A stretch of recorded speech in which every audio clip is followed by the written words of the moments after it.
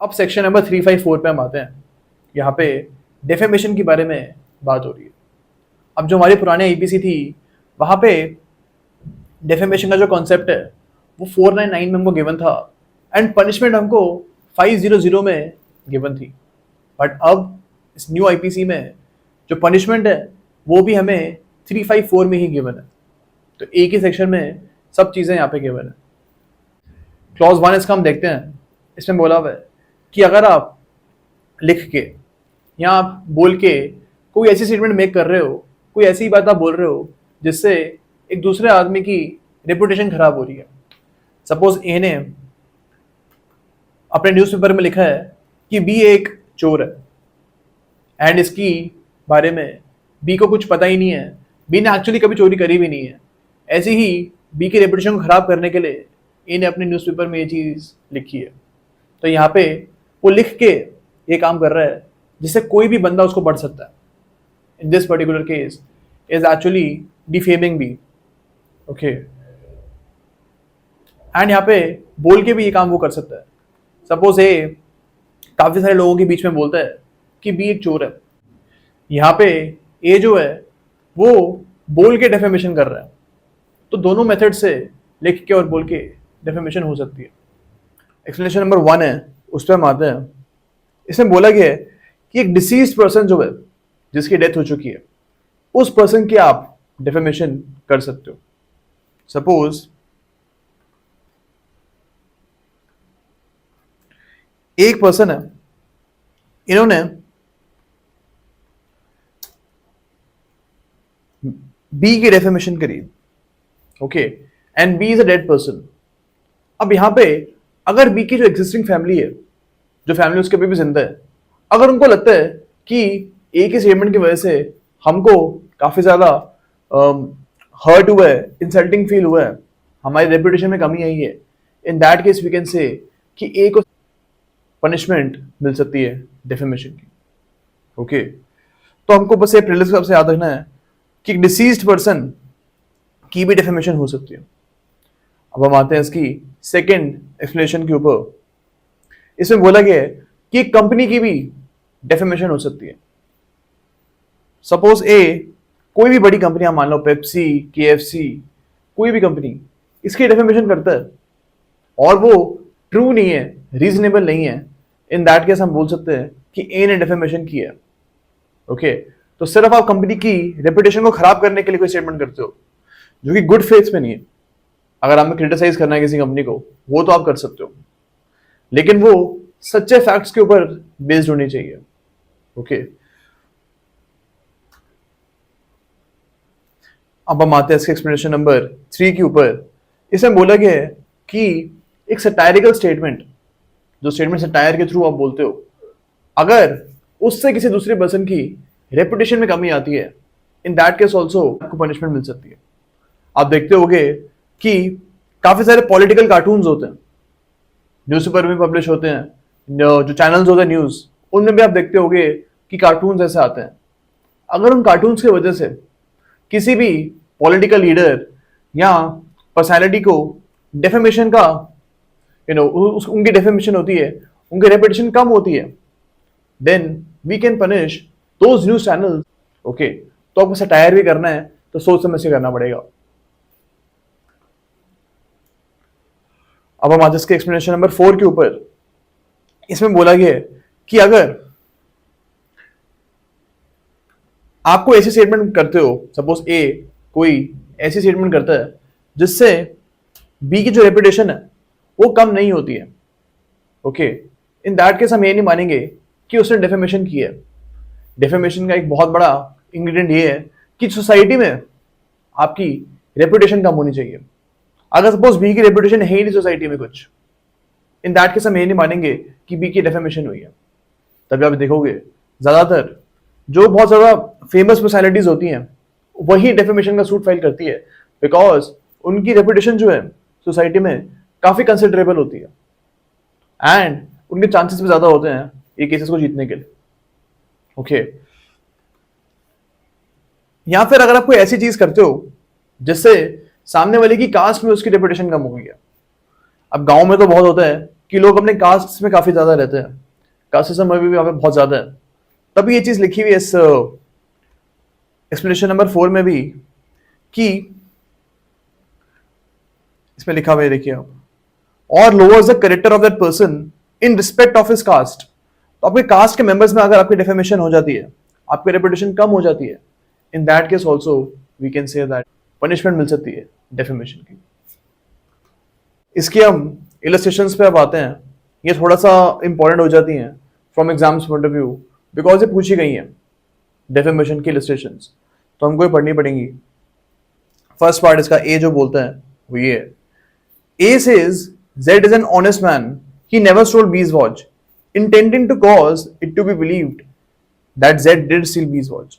तो A ने एक सरकाजम में चीज बोली है कि Z तो बड़ा ऑनेस्ट बंदा है, ये B की वॉच कभी भी चुरा नहीं सकता। ये उसने सीरियसली नहीं, सरकाजम में बोला है ताकि सबको लगे कि Z ने ही B की वॉच चोरी करी है। अब इस केस में हम बोल सकते हैं कि A को आप डेफेमेशन की पनिशमेंट दे सकते हो, ओके, बिकॉज सरकास्टिक स्टेटमेंट है, जैसे जेड की रेपुटेशन कम हुई है। बी पे हम आते हैं। इसमें बोला गया है कि ए ने पूछा, ए से पूछा किसी ने कि बी की वॉच किसने चुराई है। ए जेड की तरफ इशारा करके बोलता है कि जेड ने चुराई है। अब यहां पे ए ने जेस्चर्स के थ्रू ये बता दिया, तो फिर हम ये बोल सकते हैं कि ए ने डेफेमेशन करा है। अगर ए ने यहां पे झूठ बोला होगा तो यहां पे हम बोल सकते हैं कि ए ने डेफेमेशन किया। हमने पढ़ा था ऊपर कि डेफेमेशन आप बोल के, लिख के, जेस्चर्स के थ्रू किसी भी मेथड से कर सकते हो, ओके। सी पे हम आते हैं। इसमें बोला गया है कि ए क्या करते हैं, वो एक पिक्चर बनाया था जिसमें जेड जो है वो बी की वॉच चोरी करके भाग रहा होता है। तो ये बड़ा चालाक होता है, उसने एक कार्टूनिस्ट होता है, वो कार्टूनिस्ट होता है और उसने जेड की पिक्चर बना दी है जिसमें वो बी की वॉच लेके भाग रहा है। अब अगर जेड ने कोई वॉच नहीं चुराई बी की, ये चीज गलत फैक्ट है, झूठी बात है ये, इन दैट केस हम ए को डेफेमेशन के लिए पनिश कर सकते हैं, ओके। अब हम आते हैं इसके एक्सेप्शंस के ऊपर। इनका ये मतलब है कि अगर आपका केस जो है वो इन 10 में से किसी भी एक्सेप्शन में फॉल करता है तो आपको डेफेमेशन की पनिशमेंट नहीं मिलेगी। अब हम आते हैं इसकी फर्स्ट एक्सेप्शन के ऊपर।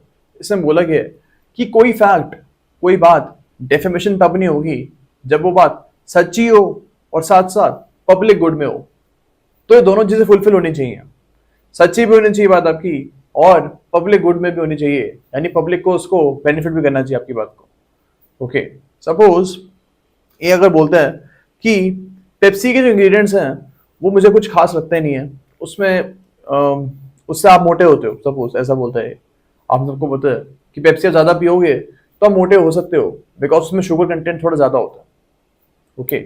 अब यहाँ पे ये बात सच्ची भी है और पब्लिक गुड में भी है, बिकॉज जो आपका जनरल पब्लिक है उसको फायदा ही होगा इस बात से। इन दिस पर्टिकुलर केस एक कोई डेफेमेशन नहीं कर रहा, ओके। आपने देखा होगा रोनाल्डो ने एक टाइम पहले, कुछ टाइम पहले, फेमस फुटबॉलर रोनाल्डो, उन्होंने उनके सामने कोक की बोतल पड़ी हुई थी और उन्होंने कोक की बोतल साइड करके रख दी कि मैं इसको प्रमोट नहीं करता हूं। उन्होंने पानी की बोतल उठाई और वो अपने सामने रख दी। अब यहाँ पे रोनाल्डो ने कोक का कोई डेफेमेशन नहीं करा बिकॉज उसकी खुद की मानना है कि कोक को मैं प्रमोट नहीं करूंगा because it's a sugary drink, इससे इंसान मोटा होता है, अनहेल्दी हो सकता है, ओके। अब हम आते हैं इसकी सेकेंड एक्सेप्शन के ऊपर। इसमें बोला गया है कि अगर आप किसी भी पब्लिक सर्वेंट की फंक्शनिंग के ऊपर कमेंट करते हो तो वो डेफेमेशन नहीं है। सपोज ये बोलता है कि ये पर्टिकुलर मिनिस्टर मेरे को बिल्कुल पसंद नहीं है, यहाँ पे एक कोई डेफेमेशन नहीं कर रहा है बिकॉज वो पब्लिक सर्वेंट के काम के ऊपर अपनी राय दे रहा है, तो यहाँ पे हम ये नहीं बोलेंगे कि वो डेफेमेशन है। थर्ड एक्सेप्शन जो है वो ये बोलता है कि सपोज ए बी की कंप्लेंट करता है। यहाँ पे बी जो है वो एक कांस्टेबल है, ओके। अब ए जाता है बी की कंप्लेंट करता है, लेकिन वो ये सी से कंप्लेंट करता है, यानी A goes to C to complaint about B and C यहाँ पे हमारे एसएचओ हैं। ऑब्वियसली कांस्टेबल एसएचओ से कम रैंक पे होते हैं, तो कांस्टेबल की कंप्लेंट आप एसएचओ को कर सकते हो। तो ए अगर अपनी कंप्लेंट में बी को डिफेम भी करता है, बी के बारे में कुछ गलत बातें भी बोलता है, इस केस में मैं नहीं बोलेंगे कि ए ने डेफेमेशन करा, बिकॉज अगर वो एसएचओ को कंप्लेंट कर रहा है तो उसको कुछ बातें तो लिखनी ही पड़ेगी कि वो कंप्लेंट क्यों कर रहा है, एंड उसमें ये बातें हो सकती हैं जो बी को डिफेम कर रही हो। ओके, तो यहां पे आप प्रोटेक्ट हो जाओगे। अब हम आते हैं इसके फोर्थ एक्सेप्शन के ऊपर। इसमें बोला गया है कि अगर आप कोर्ट की प्रोसीडिंग्स को पब्लिश करोगे, इन दैट केस डेफेमेशन नहीं होगा। कोर्ट की प्रोसीडिंग में किसी भी टाइप का मैटर हो सकता है, और अगर कोर्ट ने स्पेसिफिकली ये मना ना करा हो कि इस केस की रिपोर्टिंग बाहर नहीं होगी, अगर कोर्ट ने स्पेसिफिकली चीज के लिए मना नहीं किया है, तो आप हर केस की रिपोर्टिंग कर सकते हो।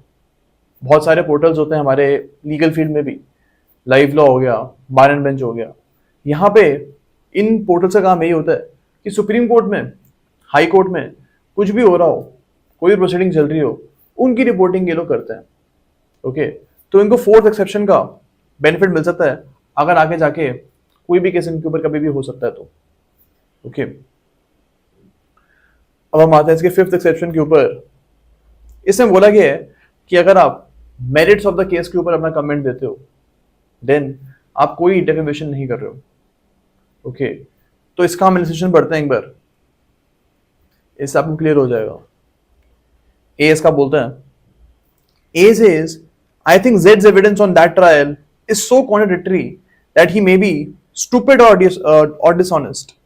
अब यहां पे A को हम डेफेमेशन के लिए पनिश नहीं करेंगे बिकॉज वो फिफ्थ एक्सेप्शन के अंडर लाई करता है। यहां पे A ने Z का ओपिनियन जो है वो कोर्ट की प्रोसीडिंग्स के दौरान बनाया है। A ने ऐसा नहीं किया कि Z को वो ऐसे ही जज कर रहा है विदाउट एनी कॉन्टेक्स्ट।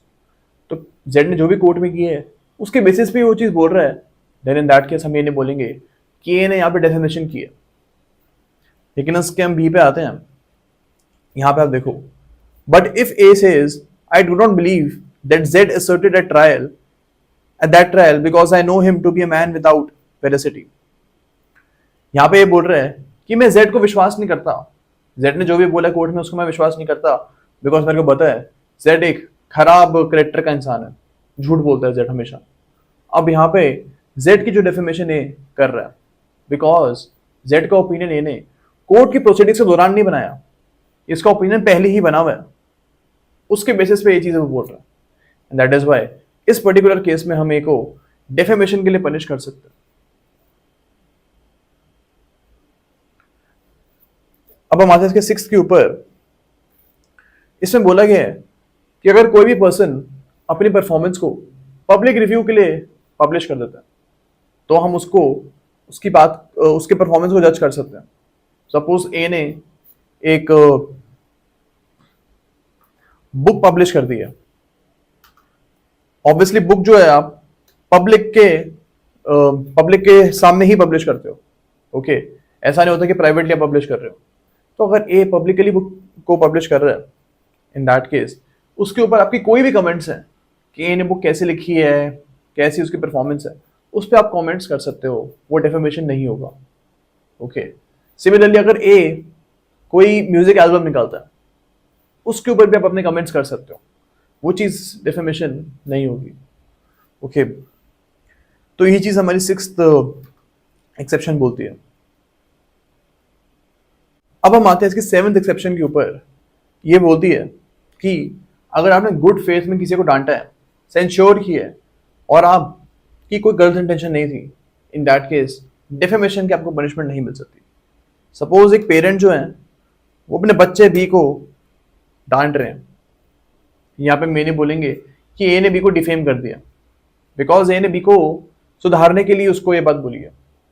सिमिलरली अगर कोई टीचर जो है ए वो पूरी क्लास के सामने बी को बेइज्जत करता है, ओके, बिकॉज बी ने होमवर्क नहीं किया था, अब यहाँ पे बी की भलाई के लिए उसने डांटा ए को, टीचर ने, तो यहाँ पे हम ए को हम ऐसा नहीं बोलेंगे कि ए ने डिफेमेशन कर दिया बी का, बिकॉज सेवेंथ एक्सेप्शन ए को यहाँ पे प्रोटेक्ट करेगा। ओके,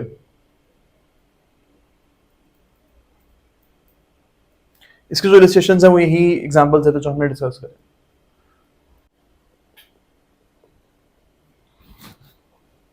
अब हम आते हैं इसकी 8th एक्सेप्शन के ऊपर।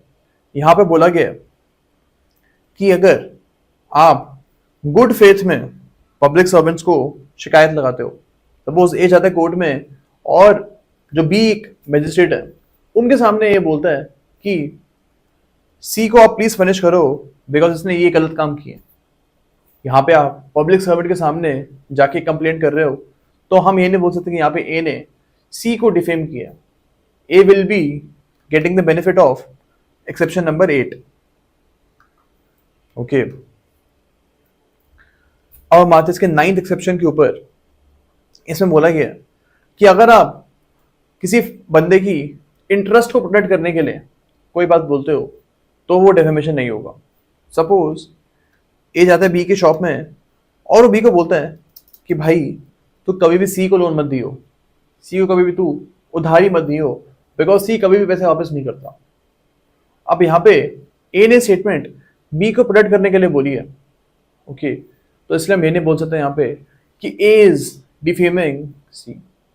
ओके, तो यहाँ पे ए को एक्सेप्शन नंबर 9 का बेनिफिट मिल जाएगा।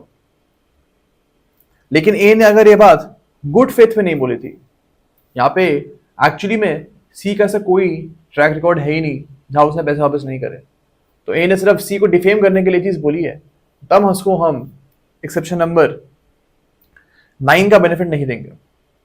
ओके, अब हम आते हैं 10th एक्सेप्शन के ऊपर। इसमें बोला गया है कि अगर आप किसी पर्सन को सचेत करते हो, कॉशन करते हो, तो हम ये नहीं बोलेंगे कि आपने डेफेमेशन कर दिया। तो वही सिमिलर एग्जांपल हम यहां पे भी ले सकते हैं कि अगर ए बी को बोलता है कि तू सी को कभी उधारी मत दियो, ओके, तो यहाँ पे ए बी को सिर्फ कॉशन कर रहा है, उसको एक चेतावनी दे रहा है। तो यहाँ पे A is not defaming C because B के गुड इंटरेस्ट के लिए ये चीज बोली उसने। अब क्लॉज 2 पे हम आते हैं। यहाँ पे आप देख रहे हो maximum punishment for defamation is 2 years and यहाँ पे कम्युनिटी सर्विस की भी पनिशमेंट गिवन है। यानी अगर आप सामने वाले बंदे को 2 साल के पनिशमेंट देना नहीं चाहते हो तो उसके बदले आप इसको कम्युनिटी सर्विस भी दे सकते हो। थर्ड जो क्लॉज है इसका, इसमें बोला हुआ है कि अगर आप एक डेफेमेटरी स्टेटमेंट को प्रिंट कर रहे हो, सपोज ए ने बी के खिलाफ एक डेफेमेटरी स्टेटमेंट बोली है एंड जो न्यूज़पेपर एक सी है इसको प्रिंट कर रहा है। सी को पता है कि ये जो डेफेमेटरी स्टेटमेंट है ये बिल्कुल झूठ है, ए बिल्कुल झूठ बोल रहा है यहाँ पे, सी को इसके बारे में पता है, फिर भी वो इस स्टेटमेंट को पब्लिश कर रहा है, तो क्लॉज 3 में सी को पनिशमेंट मिल सकती है। क्लॉज 4 पे हम आते हैं। इसमें बोला हुआ है कि अगर आप एक डेफेमेटरी स्टेटमेंट को सेल कर रहे हो, बेच रहे हो, सपोज सी के पास न्यूज़पेपर पड़े हुए हैं जो वो बेच रहा है एंड सी को पता है कि इस न्यूज़पेपर में डेफेमेटरी स्टेटमेंट लिखी हुई है, स्टिल वो उसको बेच रहा है, तो क्लॉज 4 में सी को आप पनिश कर सकते हो। अब सेक्शन नंबर 355 पे हम आते हैं। इसमें बोला हुआ है कि अगर आपको कॉन्ट्रैक्ट मिला हुआ है एक मेंटली अनसाउंड पर्सन की देखरेख करने का, या फिर एक बच्चे की देखरेख करने का, या फिर एक ऐसे बंदे की देखरेख करने का जो डिसीज्ड है, जो चल फिर नहीं सकता है, एंड आपने कॉन्ट्रैक्ट किया हुआ है, लेकिन उसके बाद आप इस कॉन्ट्रैक्ट को जो है एग्जीक्यूट नहीं करते हो और अपना जो आपकी ड्यूटी है वो आप नहीं निभाते हो, इस केस में आपको सेक्शन नंबर 355 में मैक्सिमम 3 months की पनिशमेंट गिवन है। ओके, तो ये आपको यहाँ पे याद रखना है। अब सेक्शन नंबर 356 पे हम आते हैं। ये होता है रिपील एंड सेविंग्स क्लॉज। यहाँ बोला हुआ है कि जो हमारी आईपीसी है, इंडियन पिनल कोड जो है, वो अब रिपील होता है एंड जो हमारा नया लॉ है जो हमने पूरा पढ़ा है ये, अब ये एप्लीकेबल होगा। लेकिन यहाँ पे आपको ये चीज़ समझनी है कि जो ये नया लॉ है ये उन्हीं केसेस पे अप्लाई होगा जो इस लॉ की पासिंग के बाद आए हैं। सपोज हम मान लेते हैं कि ये जो लॉ है ये 1 दिसंबर 2023 को पास हो रहा है फॉर एग्जाम्पल। अब इस डेट से पहले यानी 1 दिसंबर 2023 से पहले जितना भी केसेस चल रहे हैं उनके ऊपर हमारी जो पुरानी आईपीसी है वही लगेगी। लेकिन 1 दिसंबर के बाद से 1 दिसंबर 2023 के बाद कोई भी केस आता है उसके ऊपर जो नया लॉ हमने पढ़ा है यही लगेगा, पुराने आईपीसी यहाँ पे नहीं लगेगी। ओके, तो ये चीज़ हमको यहाँ पे याद रखनी है। अब पीटी के हिसाब से तो हमारा भारतीय न्याय संहिता पढ़ लिया हमने, लेकिन मेंस के हिसाब से हम इसको पढ़ेंगे भी, and I really recommend you to watch those videos as well. Okay, thank you so much.